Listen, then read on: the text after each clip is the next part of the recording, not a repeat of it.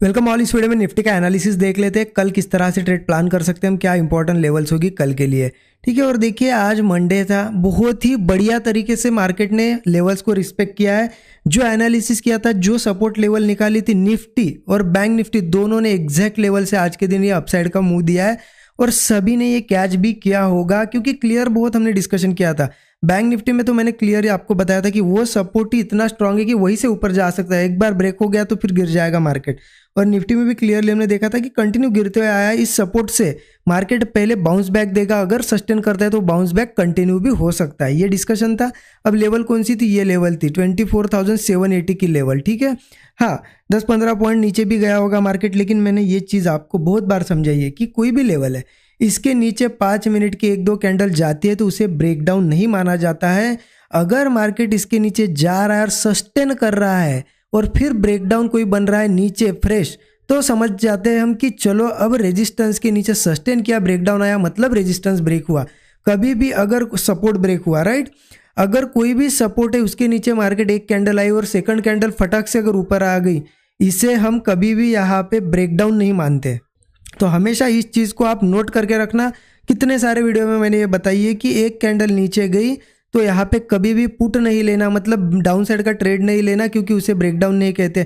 क्योंकि मार्केट देखिए एक कैंडल नीचे गया और फटक से रिकवर करते हुए ऊपर आया और ऊपर सस्टेन कर रहा है। सो हमें इससे क्या पता चलता है कि सपोर्ट उसने बरकरार रखा है यहाँ पे, मतलब ब्रेक नहीं किया अभी तक, और सस्टेन करने के बाद ब्रेकआउट पे हमने ट्रेड लिया। हमने डिस्कशन क्या किया था कि अगर यहाँ पे एक बार सपोर्ट बन जाए तो हम थोड़ा वेट करेंगे कोई ब्रेकआउट बने यहाँ पे। अब किसी ने क्या किया होगा, देखिए नीचे गया, यहीं पे एक ब्रेकआउट बना, मतलब नीचे जाके ऊपर आया, यहाँ पे लिया होगा, हो सकता है यहाँ प्रॉफिट बना। और जिन्होंने वेट किया उन्हें यहाँ पे देखिए कंसोलिडेशन के बाद ब्रेकआउट मिला। छोटा सा स्टॉप लॉस था, हमने डिस्कस भी किया था 15-20 पॉइंट का, 20-25 पॉइंट का ज़्यादा से ज़्यादा रखेंगे। ये 60-70 पॉइंट के मुंह में हमें 1:3 का टारगेट भी मिल गया। उसके बाद इस रेंज बाउंड में हमें ज़्यादा वेट करने की कोई ज़रूरत भी नहीं थी, राइट। और बैंक निफ्टी ने भी देखिए एग्जैक्ट लेवल पे सपोर्ट लिया। अगर बैंक निफ्टी का मैं 5 मिनट चार्ट दिखाऊँ आपको तो देखिए ये लेवल हमने डिस्कस की थी 450 की, 50,450 यहाँ आ जाती है, 50,450 यहाँ पे मार्केट देखिए यहीं पे इसके आसपास ही कंसोलिडेट किया, यहाँ से ऊपर गया और इसके ऊपर सस्टेन कर रहा था। तो ट्रेड कहाँ बना, देखिए इसके ऊपर एक ब्रेकआउट बना, यहाँ पे आप ट्रेड ले सकते थे। यहाँ पे देखिए इस तरीके से भी एक रेंज बन के ब्रेकआउट बना। इंपॉर्टेंट क्या है कि सपोर्ट के ऊपर सस्टेन किया, उसके बाद इसके ऊपर सस्टेन करने के बाद कंसोलिडेट करके ब्रेकआउट दिया, तो यहाँ हमारा ट्रेड बना। हो सकता है इसके बाद कुछ लोगों ने यहाँ भी लिया होगा क्योंकि आखिरकार सपोर्ट के ऊपर था ना, और मार्केट इस तरीके से स्ट्रक्चर भी बना रहा था। तो आपने कॉल वाला ट्रेड लिया या नहीं लिया, बैंक निफ्टी में लिया या निफ्टी में लिया, मुझे ज़रूर अपडेट करिए कमेंट में, ठीक है। अब देखते हैं निफ्टी में कल कैसे ट्रेड प्लान करना है। उसके लिए देखिए मैं आपको यहाँ पे 15 मिनट चार्ट पे ले जाता हूँ।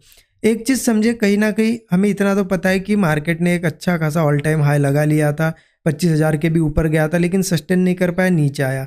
बहुत से लोग यहाँ पे कह रहे थे, मतलब ये थिंकिंग थी कि क्रैश होगा, ये होगा, डाउन बहुत ज़्यादा गिरेगा। देखिए कभी भी मार्केट में इतना ज़्यादा बड़ा है मार्केट, आप डेली चार्ट पे देख लीजिए कितना ज़्यादा बड़ा है। अगर डेली चार्ट में दिखाऊँ ना आपको तो यहाँ पे दिखाई देगा कितना ऊपर गया है मार्केट।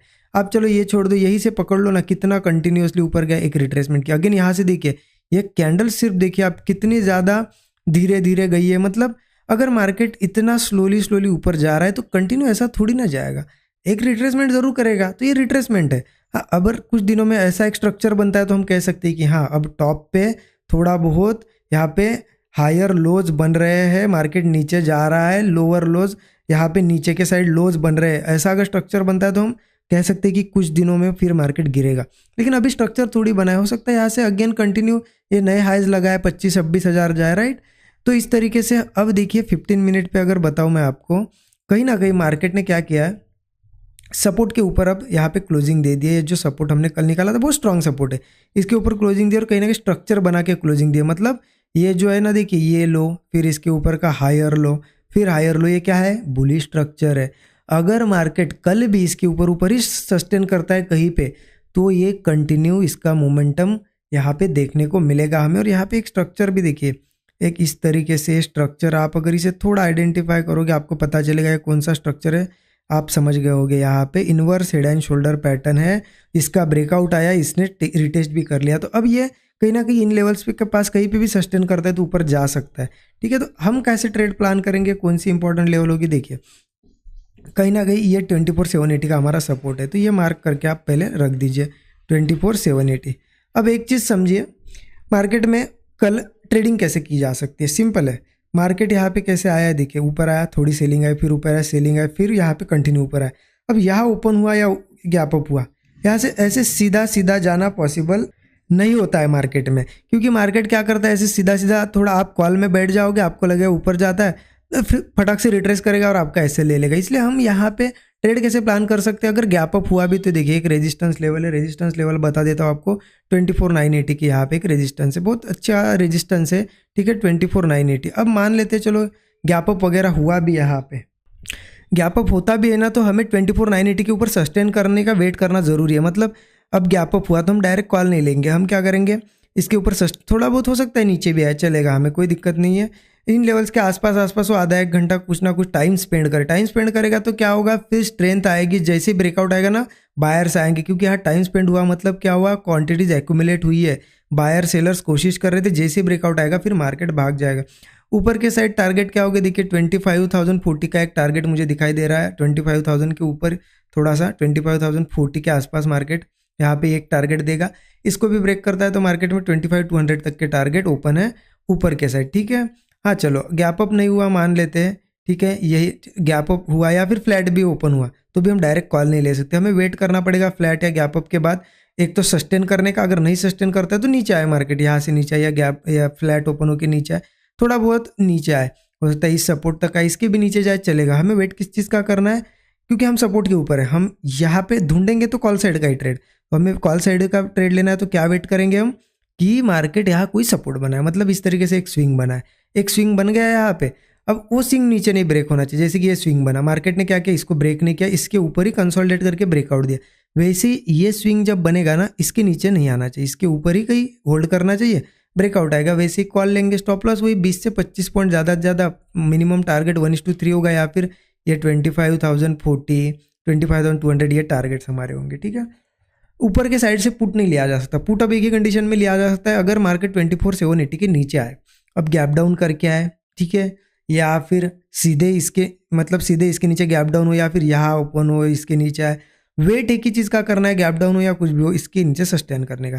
अगर 24,780 के नीचे नीचे सस्टेन करता है, कुछ टाइम स्पेंड करता है और ब्रेक डाउन देता है, तो फिर ये कंटिन्यू और यहाँ पे सीलिंग दिखाएगा, कहाँ तक दिखाएगा, 24,600 तक का एक टारगेट मुझे दिखाई दे रहा है, इसके नीचे 180 पॉइंट का टारगेट है, 24,600 तक मार्केट फिर नहीं रुकेगा, यहाँ तक का टारगेट देगा, फिर भी 20-25 पॉइंट का स्टॉप लॉस अगर आपका होगा, 1:3 का पहला टारगेट रखिए। ऐसा नहीं कि 180 पॉइंट का टारगेट है तो 180 पॉइंट ही लेने, 80 पॉइंट भी मिल गए तो भी 1:3 1:4 हो रहा है, तो उसके बाद मार्केट 50-60 पॉइंट ऊपर भी आता है, फिर आप निकल जाते हो कम प्रॉफिट लेके। इसलिए अगर मार्केट ने 70-80 पॉइंट दिए फिर होल्ड कर रहा है, बिल्कुल यहाँ पे क्या करो, अच्छे तरीके से प्रॉफिट मिल रहा है बुक करो, अगर तेज़ी से वन साइडेड जा रहा है तो इस टारगेट तक रुको, ठीक है, इस तरीके से ट्रेड करना है। देखिए मार्केट में अभी भी ट्रेंड क्लियर नहीं है, मतलब सेलिंग में ही जाएगा ये मत समझ के चलना, अभी तक स्ट्रक्चर नहीं बना है, प्राइस एक्शन बड़े टाइम फ्रेम पे कुछ बना नहीं है, इसलिए मार्केट यहाँ से कंटिन्यू ऊपर भी जा सकता है